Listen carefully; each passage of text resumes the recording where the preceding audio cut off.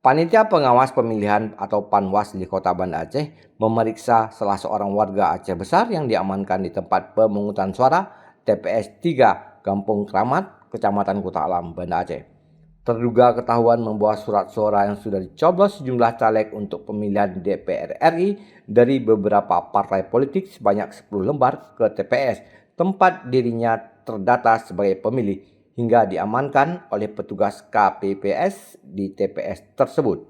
Ketua Panwasli Kota Banda Aceh, Elisa Frida, membenarkan atas kejadian kecurangan pemilu yang diduga dilakukan oleh salah seorang warga berjenis kelamin perempuan. Eli menjelaskan hingga Rabu sore kemarin, pihaknya masih terus melakukan pemeriksaan atas dugaan pelanggaran pemilu yang dilakukan terduga, hingga melakukan pengecekan apakah terduga tercatat dalam daftar pemilih tetap di TPS tersebut. Kita memang menerima laporan bahwa terjadi dugaan,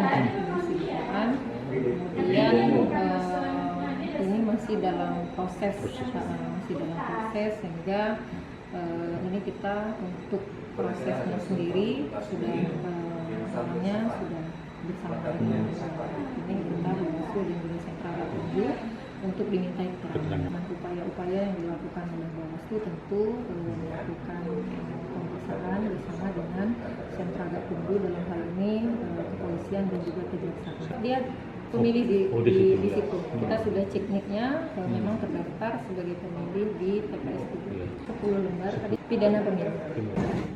Dari Banda Aceh, Lala Nurmala melaporkan untuk Puja TV Aceh.